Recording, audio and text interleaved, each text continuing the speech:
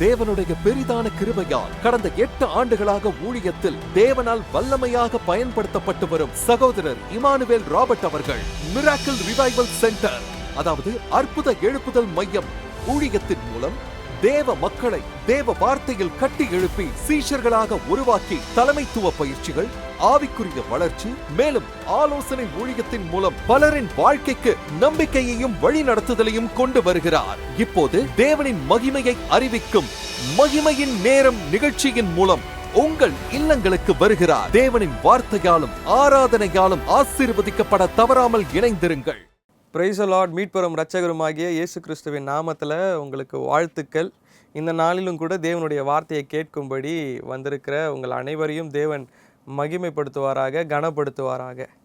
இன்றைக்கும் உங்களிடத்தில் யாராவது நீங்கள் யார் அப்படின்னு கேட்கும்பொழுது நீங்கள் சொல்லலாம், என் பெயர் அப்படின்னு சொல்லி உங்களை நீங்கள் அறிமுகப்படுத்தி கொள்ளலாம். இல்லை நீங்கள் ஒரு பெரிய வேலையில் இருக்கிறீங்க அப்படின்னா அந்த வேலையை சொல்லி நான் இந்த வேலையை செய்கிறேன் என்று அறிமுகப்படுத்தலாம். இல்லை நீங்கள் ஒரு பெரிய பிஸ்னஸ் மேன் அப்படின்னா அந்த பிஸ்னஸினுடைய பெயரை சொல்லி நீங்கள் உங்களை அறிமுகப்படுத்தி கொள்ளலாம். அல்லது நீங்கள் ஒரு செல்வாக்கு மிகுந்த ஒரு குடும்பத்தில் இருந்து வரீங்க அப்படின்னா நான் இந்த குடும்பத்தை சார்ந்தவன் அப்படின்னு சொல்லி நீங்கள் அறிமுகப்படுத்தி கொள்ளலாம். அதே போல தான் வேதாகமம் ஒரு கேள்வியை கேட்கிறது, விசுவாசிகள் யார்? ஜெபம் பண்ணுறவங்களாம் விசுவாசிங்களா? சபைக்கு போகிறவங்களாம் விசுவாசிகளா? வேதத்தை வாசிக்கிறவர்கள்லாம் விசுவாசிகளா? யார் விசுவாசிகள்? நம்ம 2 காரியத்தை இன்றைக்கி நம்ம பார்க்க போகிறோம். விசுவாசிகள் யார், விசுவாசிகள் என்னென்ன காரியங்களை அறிந்து கொண்டிருக்க வேண்டும் அப்படின்றத குறித்து நம்ம பார்க்க போகிறோம். முதலாவது 1 கொரிந்தியர் 1வது அதிகாரம் 18வது வசனம் சொல்லுது, சிலுவையை பற்றிய உபதேசம் கெட்டு போகிறவர்களுக்கு பைத்தியமாக இருக்கிறது, ரட்சிக்கப்படுகிற நமக்கோ அது தேவ பலனாக இருக்கிறது. கொரிந்து பட்டணத்தை பார்த்திங்கன்னா அது கல்வியில் சிறந்து விளங்கின ஒரு பட்டணம், பணம் அதிகமாக இருக்கிற ஒரு பட்டணம், ஞானிகள் அதிகமாக இருக்கிற ஒரு பட்டணம், செல்வ செழிப்போடு அந்த நகரம் இருக்கும். அங்கே கிரேக்கர்கள்லாம் பார்த்திங்கன்னா ரொம்ப ஞானிகளாக இருப்பாங்க, தத்துவங்கள் அதிகமாக பேசுவாங்க, அறிவார்ந்த விவாதங்கள்லாம் அங்கே நடக்கிறத நம்ம பார்க்கணும். அந்த ஞானங்களுக்கு அதிக முன்னுரிமை கொடுப்பாங்க, ஞானிகளுக்கு அதிக முன்னுரிமை கொடுப்பார்கள்.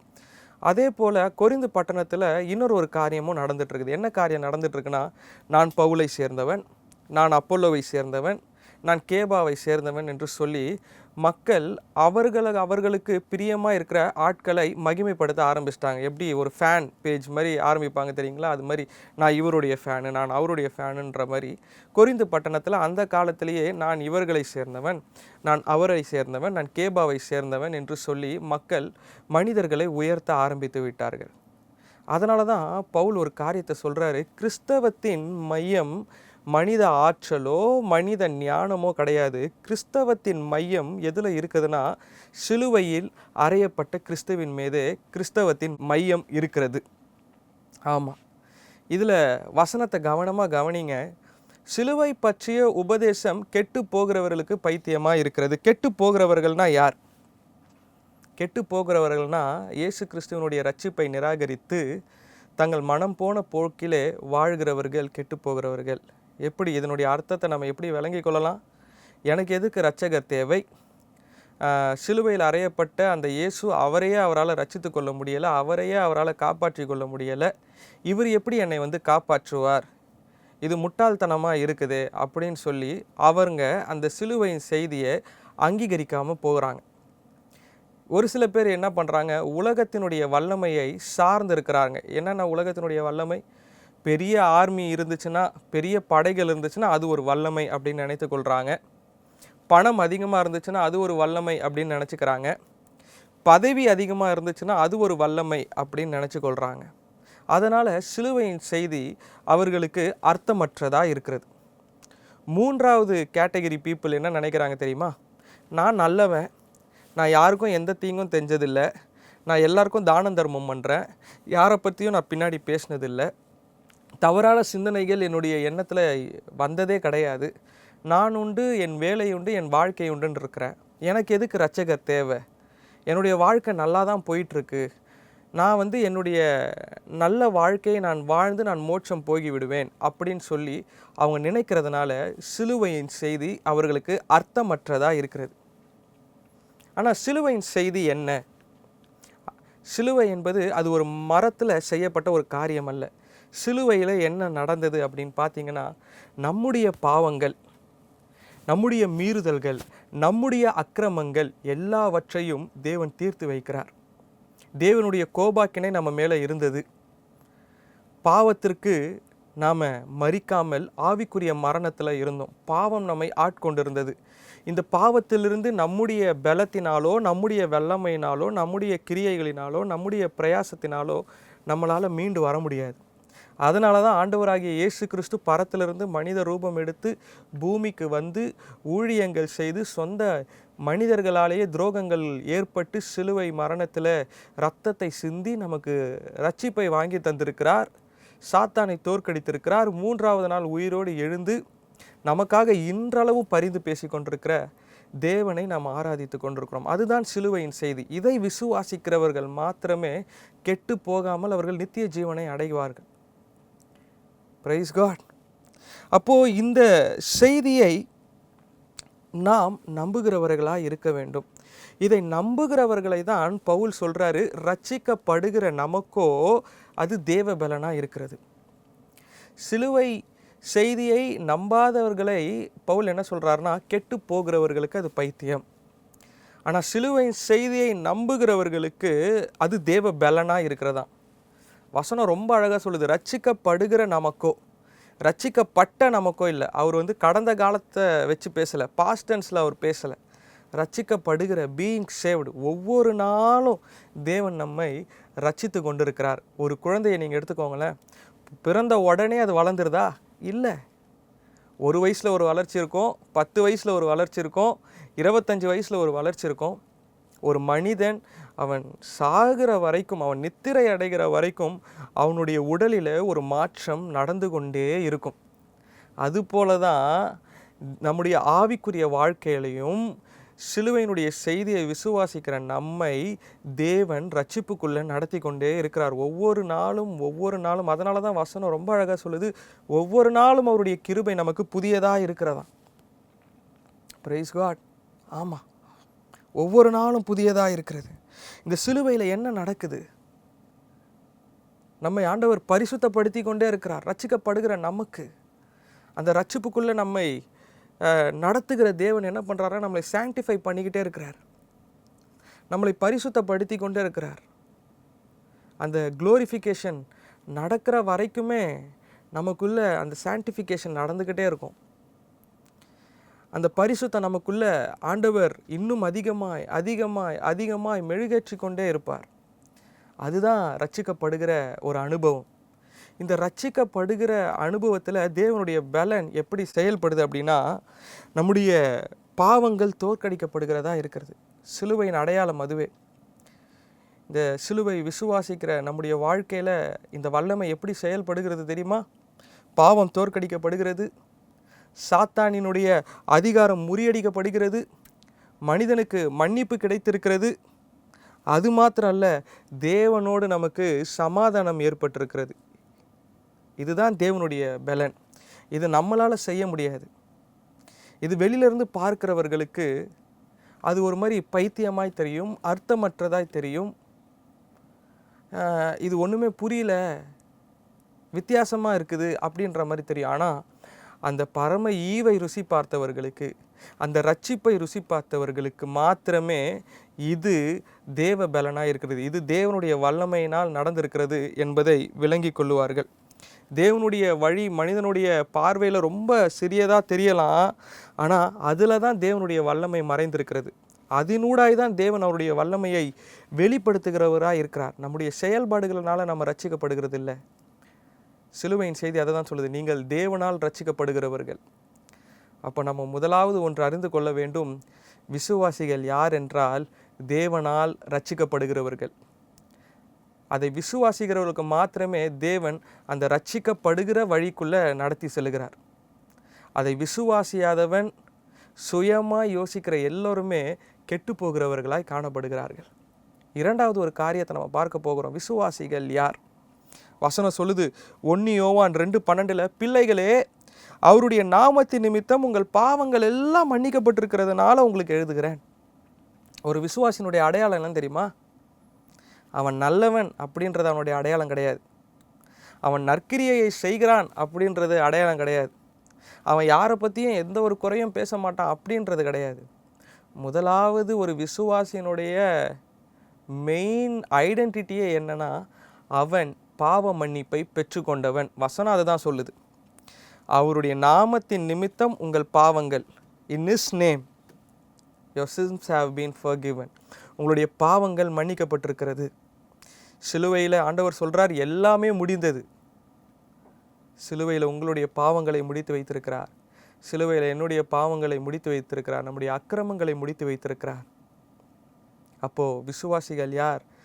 பாவ மன்னிப்பை பெற்றுக்கொண்டவர்கள். தேவனுடைய சந்நிதியில் நிற்பதற்கு, நம்மை நீதிமானாய் அந்த நிற்பதற்கு தேவனுடைய இரத்தம் ஒரு பெரிய ஒரு காரியத்தை நம்முடைய வாழ்க்கையில் செய்திருக்கிறது. அப்போ இந்த ரெண்டு காரியத்தை விசுவாசிகள் புரிந்து கொள்ள வேண்டும். அடுத்த ஒரு காரியத்தை நாம் பார்க்க போகிறோம். விசுவாசிகள் என்ன காரியங்களை அறிந்து கொள்ள வேண்டும்? 1 யோவான் 3:14 சொல்லுது, நாம் சகோதரரிடத்தில் அன்பு கூறுகிறபடினால் மரணத்தை விட்டு, எங்கன்னா மரணத்தை விட்டு ஜீவனுக்குள்ளே பிரவேசித்திருக்கிறோம் என்று அறிந்திருக்கிறோம். அன்பு கூறாதவன் மரணத்தில் நிலை கொண்டிருக்கிறான். யோவான் எழுதுகிறார். யோவான் நீங்கள் என்ன பண்ணுறாருன்னா, தேவனுடைய பிள்ளைகளுக்கும் பிசாசனுடைய பிள்ளைகளுக்கும் உள்ள வித்தியாசத்தை காண்பிக்கிறார். அதற்கு 2 உதாரணங்களை யோவான் சொல்கிறார். காயினை பற்றி சொல்கிறாரு. காயின் பொறாமை கொண்டு வெறுப்பு கொண்டு ஆபேலை கொலை செய்கிறான். ஆனால் இயேசு கிறிஸ்து என்ன பண்ணுறாரு? அவருடைய பரத்திலிருந்து இறங்கி வந்து சிலுவையின் மூலமாய் உங்களுக்கும் எங்களுக்கும் ரட்சிப்பை கொடுக்குறார். இந்த 2 வாழ்க்கை முறைக்கும் நடுவில் தான் இந்த 1 யோவான் 3:14 வருது. நாம் சகோதரரிடத்தில் அன்பு கூறுகிறபடினாலே மரணத்தில் இருந்து ஜீவனுக்குள் உட்பிரவேசித்திருக்கிறோம். அதாவது உண்மையான அன்பு எங்கே திரும்ப வெளிப்படும்? அது நம்மளுடைய செயல்பாடுகளில் வெளிப்படும். நான் அன்பு செலுத்துகிறேன் அப்படின்னு சொல்லி வாயிலிருந்து சொல்லக்கூடாது. அது ஒரு உணர்ச்சியாக மாத்திரம் நின்றக்கூடாது. அது செயல்பாடுகளில் வெளிப்பட வேண்டும். உதாரணமாக கணவன் மனைவியை எடுத்துக்கோங்களேன். மனைவி பார்த்திங்கன்னா வீட்டு வேலை எல்லாமே செஞ்சுட்டு டயர்டாக வந்து படுப்பாங்க, இல்லை உட்காருவாங்க. ரொம்ப டயர்டாக வந்து உட்காருவாங்க உடல் சோர்வில். அப்போ கணவன் அந்த மனைவினுடைய அந்த டயர்ட்னஸ் எதையும் பொருட்படுத்தாமல் இன்னும் அவங்களுக்கு வேலை கொடுக்குறாரு. ஆனால் அதே கணவன் என்ன சொல்லுவார்? டெய்லி நான் உன்னை நேசிக்கிறேன், நான் உன்னை நேசிக்கிறேன், நான் உன்னை நேசிக்கிறேன்னு சொல்லுவார். ஆனால் மனைவினுடைய அந்த பலவீனத்தை அவர் புரிந்து கொள்ளவில்லை என்றால் அவர் சொல்கிற அந்த அன்புக்கு எந்த ஒரு மீனிங்குமே இல்லை, எந்த ஒரு அர்த்தமுமே இல்லை. அதே போல தான் மனைவி வந்து கணவனை புரிந்து கொள்ள வேண்டும். எத்தனையோ ஸ்ட்ரெஸ்ஸில் ஆஃபீஸ்லேருந்து வருவாங்க. இன்னும் நம்ம ஸ்ட்ரெஸ்ஸு கூட்டிகிட்டு நான் உன்னை நேசிக்கிறேன், நான் உன்னை நேசிக்கிறேன்னு சொன்னால் அது அன்பின் அர்த்தம் கிடையாது. அவங்களை அவங்க புரிந்து கொள்ள வேண்டும். ஒரு ஆக்ஷன் இருக்கணும். ஆக்ஷன் இல்லாமல் நம்ம வந்து அன்பை வெளிக்காட்ட முடியாது. ஒரு செயல்பாடு இல்லாமல் நம்ம அன்பை வெளிக்காட்ட முடியாது. ஒரு நண்பன் மழையில் நனைஞ்சிட்ருக்கிறான்னு வச்சுக்கோங்களேன். இன்னொரு நண்பன், நீ தாண்டா என்னுடைய உயிர் நண்பன் அப்படின்னு சொல்லிட்டு அவன் போயிட்டானா அது அன்பின் வெளிப்பாடு கிடையாது. ஆனால் இன்னொரு நண்பன் வந்து, ஏன்டா மழையில் நனைகிற, என்கிட்ட குடை இருக்குது, வா நம்ம 2 பேரும் ஒன்றா போகலாம் அப்படின்னு சொல்லி அவனையும் பாதுகாப்பாக கூட்டிகிட்டு போகிறவன் தான் அந்த அன்பின் வெளிப்பாடை அவன் வெளிக்காட்டுகிறவனாக இருக்கிறான். வேதாகமத்தில் கூட நம்ம பார்க்குறோம். ஒரு வழியடங்க என்ன பண்ணியிருக்கிறான்? விழுந்து கிடக்கிறான். லேவி பார்க்குறான், போகிறான். ப்ரீஸ்ட்டு பார்க்குறான், போகிறான்.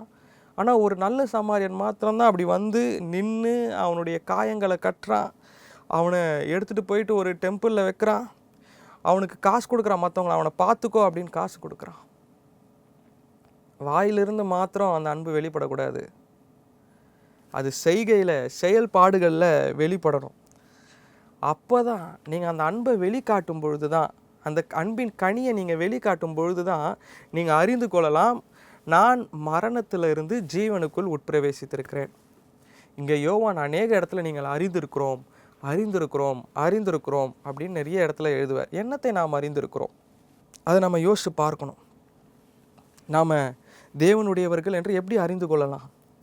நித்திய ஜீவன் நமக்கு உண்டு என்பதை எப்படி நாம் அறிந்து கொள்ளலாம்? தேவனுடைய அன்பில் நாம் நிலைத்திருக்கும் பொழுது, அந்த அன்பின் கனிகளை நம்ம வெளியே காட்டும் பொழுது, ஒரு மரத்தை கூட நீங்கள் எடுத்துக்கோங்க. அந்த மரத்தினுடைய வேர் நல்லா ஸ்ட்ராங்காக இருந்தால் தான், அந்த மரம் ஹெல்த்தியாக இருந்தால் தான் அது நல்ல கனியை கொடுக்கும். ஒருவேளை அந்த மரம் சரி கிடையாது, அந்த வேர் சரி கிடையாது அப்படின்னா அது நல்ல கனிகளை கொடுக்காது. அந்த மரம் போல் நம்முடைய வாழ்க்கையும் கிறிஸ்துவனோடு கூட இருக்கிற அந்த உறவையும் நீங்கள் வைத்து கொள்ளுங்களேன். கிறிஸ்துவனுடைய அன்பு நமக்குள்ளே இல்லை, நாமும் கிறிஸ்துவின் மேலே இருக்கிற அன்பு சரியாக இல்லை அப்படின்னா நம்மளால் நல்ல கனிகளை ப்ரொடியூஸ் பண்ண முடியாது, கொடுக்க முடியாது. அதுதான் இந்த வசனம் சொல்லுது. நம் சகோதரனிடத்தில் அன்பு கூறுவோமாகில் நாம் மரணத்திலிருந்து ஜீவனுக்குள்ளே உட்பிரவேசிக்கிறவர்களாக இருப்போம். மரணத்திலிருந்து ஜீவனுக்குள் வருகின்ற ஒரு வாழ்க்கை, அதுதான் நமக்கு வேணும். அன்பு கூறாதவன் என்ன பண்ணுறான்னா மரணத்தில் நிலை கொண்டிருக்கிறானா. இன்றைக்கி அநேகருக்கு உள்ளே பார்த்தீங்கன்னா, நான் முன்னாடி சொன்னது போல் எதிர்பார்த்து ஒரு அன்பு வரக்கூடாது.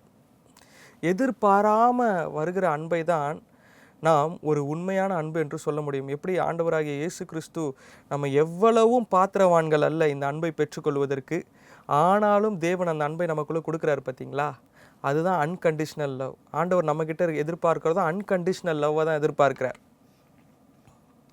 ஆனால் நாம் என்ன பண்ணுறோம், பொறாமையை நம்மளுடைய இருதயத்தில் வச்சுருக்கிறோம், வஞ்சனையை நம்மளுடைய இருதயத்தில் வச்சுருக்கிறோம், பகைமையை நம்மளுடைய இருதயத்தில் வச்சுருக்கிறோம். அவன் பேசினா தான் நான் பேசுவேன், அவன் என்கிட்ட அன்பு செலுத்தினா தான் நான் அவனுக்கு திரும்பி அன்பு செலுத்துவேன், இல்லைனா நான் அன்பு செலுத்த மாட்டேன் அப்படின்னு சொல்லி பகைமையை உள்ளே வைத்து கொண்டு இருப்பீர்களாகில் இன்னும் நீங்கள் மரணத்துக்குள்ளே தான் இருக்கிறீங்க, இன்னும் புதிய வாழ்க்கைக்குள்ளே வரலை, இன்னும் பழைய மனுஷனாக தான் இருக்கீங்க. வசனம் சொல்லுது அதுதான்.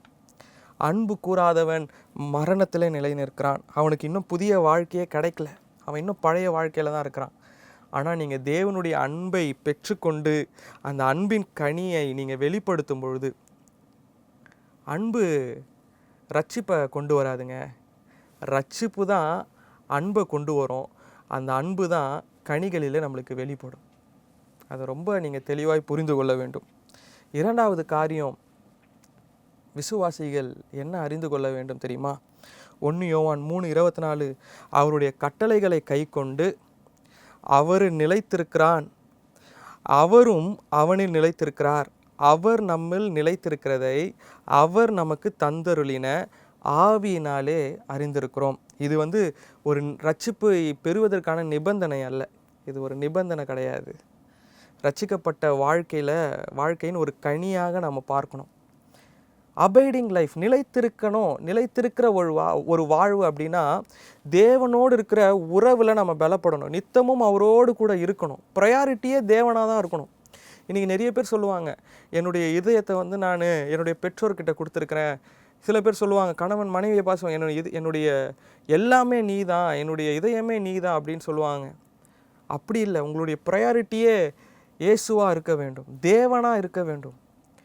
அந்த முதல் ப்ரையாரிட்டியை, முதல் காரியத்தை நீங்கள் ஆண்டவரை தாண்டி உங்களுடைய மனைவிக்கோ உங்களுடைய பெற்றோருக்கோ நீங்கள் கொடுப்பீர்களாகில் தெரிந்தோ தெரியாமலேயோ நீங்கள் விக்கிரக ஆராதனை செய்கிறவர்களாக இருப்பீர்கள்.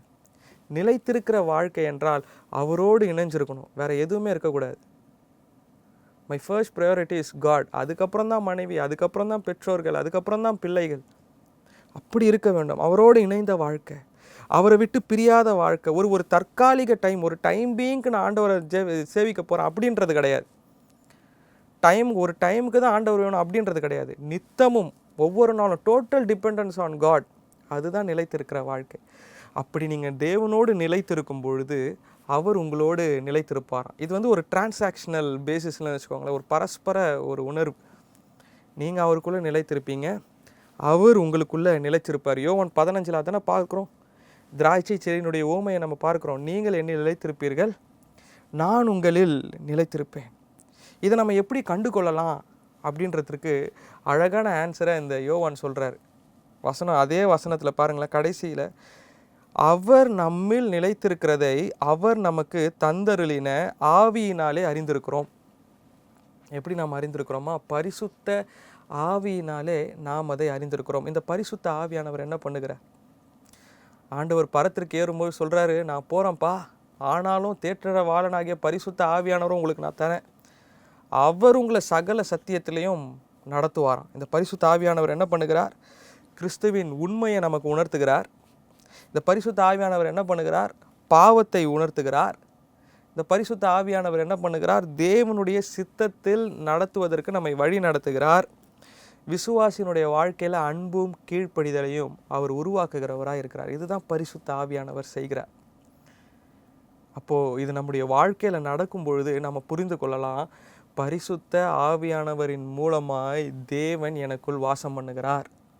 இன்றைக்கி அநேகர் சொல்லுவாங்க, நான் தனிமையாக இருக்கிறேன், என் மேலே யாருமே அன்பு செலுத்தலை, என்னை விட்டுட்டு எல்லாருமே போயிட்டாங்க, என்னுடைய பிள்ளைகள் என்னை விட்டுட்டு போயிட்டாங்க, என் மனைவி என்னை விட்டுட்டு போயிட்டாங்க, என்னுடைய பெற்றோர் என்னை விட்டுட்டு போயிட்டாங்க, நான் நிற்கதியாக என்னை தெருவில் விட்டுட்டு போயிட்டாங்க, எனக்கு யாருமே இல்லை அப்படின்னு சொல்லி அநேக காரியங்களை சொல்கிறது உண்டு. எனக்கு தெரிஞ்ச ஒரு பையன் என்னுடைய யூத் மீட்டிங்கில் வருவான். அந்த பையன் ஒரு நாள் காலேஜுக்கு போகும்பொழுது ஒரு பையன் ரொம்ப சைலண்ட்டாக அங்கே உட்காந்துட்டு இருந்தானா, ரொம்ப ஸ்ட்ரெஸ்டாக இருந்தானா. அப்போ இவன் போய் கேட்டிருக்கிறான், என்ன ஆச்சு உனக்கு, என்ன பிரச்சனை அப்படின்னு கேட்கும்பொழுது அவன் வீட்டில் அநேக பிரச்சனை, அநேக போராட்டம். அப்போது இந்த பையன் சொல்லியிருக்கிறான், நான் உனக்காக ப்ரேயர் பண்ணுறேன், உன் கூட தேவன் இருக்கிறார் அப்படின்னு சொல்லி அவனுக்கு ஒரு 4-5 வசனத்தையும் சொல்லி ஜெபம் பண்ணியிருக்கிறான். ஜெபம் பண்ணி முடிச்சதான் அவன் சொன்னானா, நீ ஒரு 2 நிமிஷம் தள்ளி வந்திருந்தா கூட என்னுடைய உயிர் போயிருக்கும் அப்படின்னு சொல்லி அந்த தூக்க மாத்திரையை எடுத்து காட்டினானா. அப்போ ஆண்டவர் எல்லோரோடையும் இருக்கிறார். ஆண்டவர் யாரையும் நிர்கதியாக விடுறதில்லை. தனிமை உங்களை வாட்டுதா, நீங்கள் ஆண்டவரோடு நிலைத்திருப்பீர்கள் ஆகில் அந்த கான்ஃபிடென்ட் உங்களுக்குள்ளே வரணும். நான் ஆண்டவரோடு நினைத்திருக்கிறேன், அவருடைய பிரசன்னத்தில் இருக்கிறேன் அப்படின்றத நீங்கள் உறுதியாய் நம்பும் பொழுது, அவர் சொன்ன கட்டளைகளை நீங்கள் பின்பற்றும் பொழுது உங்களுக்குள்ள ஒரு நம்பிக்கை வர வேண்டும். தேவன் எனக்குள்ளே வாசம் பண்ணுகிறார், நான் தனியான ஆள் இல்லை, நான் தனிமையாக இல்லை, என் கூட தேவன் இருக்கிறார். இன்றைக்கு நம்ம 2 காரியங்களை பார்த்தோம். முதலாவது, விசுவாசிகள் யார்? விசுவாசிகள் யார்? தேவனால் ரட்சிக்கப்படுகிறவர்கள். விசுவாசிகள் யார்? பாவ மன்னிப்பை பெற்றுக்கொண்டவர்கள். 2வது, விசுவாசிகள் என்ன அறிந்து கொள்ள வேண்டும்? விசுவாசிகள் என்ன திறமை அறிந்து கொள்ள வேண்டும்? அன்பு செலுத்தும் பொழுது நாம் மரணத்திலிருந்து ஜீவனுக்குள் பிரவேசித்திருக்கிறோம் என்பதை அறிந்து கொள்ள வேண்டும். 2வது என்ன திறமை அறிந்து கொள்ள வேண்டும்? நாம் அவரில் நிலைத்திருக்கும் பொழுது அவர் நமக்குள்ளே வாசம் பண்ணுகிறார் என்பதை நாம் அறிந்து கொள்ள வேண்டும். நம்ம கண்களை மூடி ஜெபிக்க போகிறோம். இன்றைக்கி உங்ககிட்ட யாராவது கேட்பாங்க, விசுவாசிகள் அப்படின்னா என்னன்னா, நீங்கள் ஆண்டவரை பின்பற்றுகிறவன் அப்படின்ற சொல்கிறதை தாண்டி இப்படி சொல்லுங்கள், அவர் மூலமாய் நான் ரட்சிக்கப்பட்டு கொண்டிருக்கிறவன். விசுவாசிகள்னால் யார் என்று உங்ககிட்ட ஒருத்தர் கேட்கும்பொழுது நீங்கள் சொல்லுங்கள், அவர் மூலமாய் நான் பாவ மன்னிப்பை பெற்றுக்கொண்டவன். அந்த ரட்சிக்கப்படுகிற அந்த ப்ராசஸ்குள்ளே நம்மளை அர்ப்பணிக்கணும். ஆண்டவர்கிட்ட கண்களை மூடி நம்ம ஜெபிப்போம். இன்றைக்கி இதை பார்த்து கொண்டிருக்கிற உங்கள் அனைவரோடு கூட தேவன் பேசி கொண்டிருக்கிறார். சில வேளையில் ஆண்டவர் நம்மை உருவாக்குவதற்கு, ஆண்டவர் நம்மை சுத்திகரிப்பதற்கு, ஆண்டவர் நம்மை பரிசுத்தப்படுத்துவதற்கு நாம் இடம் கொடாமல் போய்விடலாம். நம்முடைய மனித ஞானத்தினால நம்ம எல்லாவற்றையும் செய்து விடலாம், எல்லாவற்றையும் நம்ம ஃபினிஷ் பண்ணிடலாம் அப்படின்னு நினைக்கிறோம். அப்படி இல்லை. சொல்லுங்கள், சிலுவை பற்றின உபதேசம் கெட்டு போகிறவர்களுக்கு அது பைத்தியமாக இருக்கிறது. ஆனாலும் ஆண்டவரே, ரட்சிக்கப்படுகிற எனக்குன்னு சொல்லுங்கள், ரட்சிக்கப்படுகிற எனக்கு அது தேவ பலனாக இருக்கிறது. என்னை ரட்சிப்புக்குள்ளே நடத்துங்க ஆண்டவரே. இதை பார்த்து கொண்டிருக்கிற ஒவ்வொருவரையும் ஆண்டவரே நீர் ரட்சிப்புக்குள்ளே நடத்துங்க ஆண்டவரே. ஒவ்வொரு நாளும் அவர்களுக்குள்ள சுத்திகரிப்பை கொண்டு வாங்க ஆண்டவரே. ஒவ்வொரு நாளும் ஆண்டவரே அவர்களுக்குள்ள பரிசுத்தத்தை கொண்டு வாங்க. இந்த உலகத்திற்கு நேராக போகிறார்கள், எத்தனையோ பாவமான காரியங்களை அவங்க ஆண்டவரே ஃபேஸ் பண்ணிட்டு இருக்கிறாங்க. இந்த வேளையில் ஆண்டவரே அந்த பாவங்களை எல்லாவற்றையும் ஆண்டவரே அவர்கள் மேற்கொள்வதற்கு உம்முடைய சிலுவையின் வல்லமை அவர்களுக்கு தேவையாக இருக்கிறது ஆண்டவரே. ரட்சிக்கப்படுகிற நமக்கோ அது தேவ பலனா இருக்கிறது என்றதை நாங்கள் வாசிக்கிறோம். அதே போல எங்களை நீங்கள் மாற்றிக்கொண்டிருக்கிறீர், எங்களை பரிசுத்தப்படுத்தி கொண்டிருக்கிறீர், எங்களை சுத்திகரித்து கொண்டிருக்கிறீர் ஆண்டவரே. அதற்கு நாங்கள் எங்களை அர்ப்பணிக்க உதவி செய்யுங்க ஆண்டவரே. ஆண்டவருக்கு நன்றி சொல்லுங்க ஆண்டவரே. இந்த நாளில் ஆண்டவரே நாங்கள் எவ்வளவும் பாத்திரவான்கள் அல்ல, ஆனாலும் ஆண்டவரே உம்முடைய கிருபையினாலே எங்களுக்கு பாவ மன்னிப்பை தந்திருக்கிறீர். அதற்காக உமக்கு நன்றி செலுத்துகிறோம். இந்த வேளையில் ஆண்டவரிடத்தில் சொல்லுங்க, ஆண்டவரே we give you thanks oh Lord Jesus. ஆண்டவரே நாங்கள் உங்களுக்கு நன்றி செலுத்துகிறோம் ஆண்டவரே. ஆண்டவரே எங்களுக்குள்ள அன்பின் கனிகளை வெளிப்படுத்துகிற வாழ்க்கை எங்களுக்கு கொடுங்க ஆண்டவரே. இன்றைக்கு யார் யாரெல்லாம் அன்பு செலுத்தாமல் இருக்கிறீங்களோ, யார் யாரெல்லாம் உங்களுடைய வேலை ஸ்தலத்தில் உங்களுடைய உற்றார உறவினரிடத்தில் அன்பு செலுத்தாமல் இருக்கிறீர்களோ அவர்களிடத்தில் போய் திரும்பவும் பேசுங்க, திரும்பவும் ஒப்புரவாகுங்க. ஒருவேளை நீங்கள் ஒப்புரவாகவில்லை என்றால் இன்னும் நீங்கள் மரணத்துக்குள்ளாக இருக்கிறீர்கள். ஆண்டவர் அதை தான் சொல்கிறார். இந்த வேளையில் சொல்லுங்கள், ஆண்டவரே எனக்கு மன்னிக்கிற இருதயத்தை கொடுங்க ஆண்டவரே. அன்பின் கனிகளை ஆண்டவரே வெளிப்படுத்துகிற ஒரு இருதயத்தை கொடுங்க ஆண்டவரே. அது எங்களால் முடியாதப்பா. இதை பார்த்து கொண்டிருக்கிறவர்கள் எல்லோரும் இருதயத்தில் கை வைத்து சொல்லுங்கள், ஆண்டவரே எங்களுக்கு அன்பின் கனியை வெளிப்படுத்துகிற ஒரு வாழ்க்கை எங்களுக்கு கொடுங்க ஆண்டவரே. ஆண்டவரே ஈகோ காரியங்கள் எல்லாவற்றையும் எடுத்து போடுங்க. எங்களை முற்றிலுமாய் நாங்கள் ஆண்டவரே உம்முடைய பாதத்தில் கொடுக்குறோம். உம்முடைய அன்பை எங்களுடைய இருதயத்தில் ஆண்டவரே வெளிப்படுத்துங்க ஆண்டவரே. உம்மை பிரதிபலிக்கிற ஒரு வாழ்க்கை எங்களுக்குள்ளே வர உதவி செய்யுங்க. நித்திய வாழ்க்கை எங்களுக்குள்ளே வர உதவி செய்யுங்க ஆண்டவரே. அந்த ஜீவனை பெற்றுக்கொள்ள எங்களுக்கு உதவி செய்யுங்க ஆண்டவரே. உம்மிலே நாங்கள் நிலைத்திருக்க வேண்டும். ஆண்டவர்கிட்ட கேளுங்க, ஆண்டவரே நான் உம்மிலே நிலைத்திருக்கிறேனா? ஆண்டவரே உமக்கு பிரியமான வாழ்க்கையை வாழ்கிறேனா? இன்றைக்கு நீங்கள் ஆண்டவருக்கு முன்னுரிமை கொடுக்காம அநேக காரியங்களுக்கு முன்னுரிமை கொடுத்ததானால் ஆண்டவர்கிட்ட அர்ப்பணிங்க. ஆண்டவரே என்னை நான் அர்ப்பணிக்கிறேன், எங்களை நாங்கள் அர்ப்பணிக்கிறோம் ஆண்டவரே, எங்களை முற்றிலுமாய் தாழ்த்துகிறோம் ஆண்டவரே. உம்மிலே நிலைத்திருக்கிற ஒரு வாழ்க்கையை நாங்கள் வாழ ஆண்டவரே எங்களுக்குள்ள ஒரு நம்பிக்கையும் ஆண்டவரே ஒரு விசுவாசமும் வர வேண்டும். நீர் எங்களுக்குள்ளே வாசம் பண்ணுகிறீர் ஆண்டவரே. நீர் எங்களுக்குள்ளே வாசம் பண்ணும் பொழுது தான் நாங்கள் நித்திய ஜீவனுக்குள்ளாய் போவோம் ஆண்டவரே. வசனம் அதை தான் சொல்லுது, தேவன் நமக்கு நித்திய ஜீவனை தந்திருக்கிறார். அந்த ஜீவன் அவருடைய குமாரனில் இருக்கிறது என்பதே அந்த சாட்சியாம். வசனம் அதை தான் சொல்லுது. அந்த நித்திய ஜீவன் கிறிஸ்துவுக்குள்ளே இருக்கிறது. அப்போ கிறிஸ்து நமக்குள்ளே இருக்கும் பொழுது நாம் நித்திய ஜீவனுக்கு பாத்திரவான்களாய் ஆறுவோம். ஜெபிப்போம். கிருபையும் இரக்கமுள்ள நல்ல ஆண்டவரே, நாங்கள் கேட்ட வசனத்தின்படி ஆண்டவரே நீர் எங்களை வழி நடத்த போகிறதற்காக நன்றி செலுத்துகிறோம். இதை பார்த்து கொண்டிருக்கிற ஒவ்வொருவருடைய இருதயத்தை தேவரே நீங்கள் தொடுங்க ஆண்டவரே. ஆண்டவரே அன்பின் கனிகள் வெளிப்படட்டும். உம்மில் நிலைத்திருக்கிற வாழ்க்கை வெளிப்படட்டும். அந்த நிலைத்திருக்கிற வாழ்வின் மூலமாய் நீர் அவர்களுடைய இருதயத்தில் வாசம் பண்ண போகிறதற்காக உமக்கு நன்றி செலுத்துகிறோம். நித்திய ஜீவனை அவர்களுக்கு தரப்போகிறீர் என்ற கிருபைகளுக்காக நன்றி செலுத்துகிறோம் ஆண்டவரே. எங்களை நாங்கள் தரை மட்டுமாய் தாழ்த்துகிறோம். நீர் மாத்திரம் எங்களுடைய வாழ்க்கையில் வாசம் செய்து உம்முடைய ஆண்டவரே குணாதிசயங்களை எங்களுடைய வாழ்க்கையில் வெளிப்படுத்துவீராக. எங்களை நாங்கள் தாழ்த்தி உம்முடைய பாதத்தில் ஒப்புவிக்கிறோம். இயேசு கிறிஸ்துவின் மூலம் கேட்கிறோம் ஜீவனுள்ள நல்ல பிதாவே. ஆமேன், ஆமேன், ஆமேன். Praise the Lord. இந்த வசனம் உங்களோடு பேசியிருக்கும் தேவன் உங்களோடு இடைப்பட்டிருப்பார் என்று நான் விசுவாசிக்கிறேன். கர்த்தர் தாமே உங்களை ஆசீர்வதிப்பாராக. God bless you all. இந்த நிகழ்ச்சியின் மூலம் நீங்கள் ஆசீர்வதிக்கப்பட்டிருப்பீர்கள் என்று நாங்கள் நம்புகிறோம். உங்களுக்காக ஜெபிக்க, ஆலோசனை பெற, உங்கள் ஜெப விண்ணப்பங்களை பகிர்ந்து கொள்ள 9500099717 அல்லது 75509660 என்ற எண்ணிற்கு அழைக்கவும் அல்லது வாட்ஸ்அப் மூலம் உங்கள் செய்திகளை அனுப்பவும்.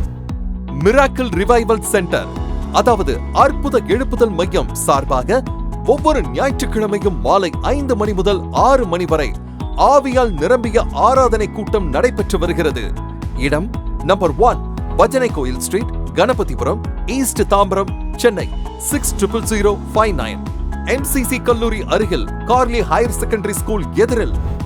தாம்பரம் மற்றும் சுற்று வட்டார பகுதியில் வசித்து ஒரு ஆவிக்குரிய ஃபெல்லோஷிப்பை தேடிக்கொண்டிருக்கிறீர்களா? அப்படியானால் உங்களுக்கான சரியான இடம் இதுவாக இருக்கும். வாருங்கள், கர்த்தரை ஒன்றாக ஆராதிப்போம். உங்களை சந்திக்க எங்கள் சபை ஆவலுடன் காத்திருக்கிறது. மேலும் மறக்காமல் காணுங்கள் மகிமையின் நேரம். ஒவ்வொரு புதன்கிழமையும் காலை 6:30 மணி முதல் 7 மணி வரை மற்றும் ஞாயிற்றுக்கிழமை இரவு 8 மணி முதல் 8:30 மணி வரை. தேவனின் மகிமை உங்கள் இல்லங்களில் நிரம்பட்டும்.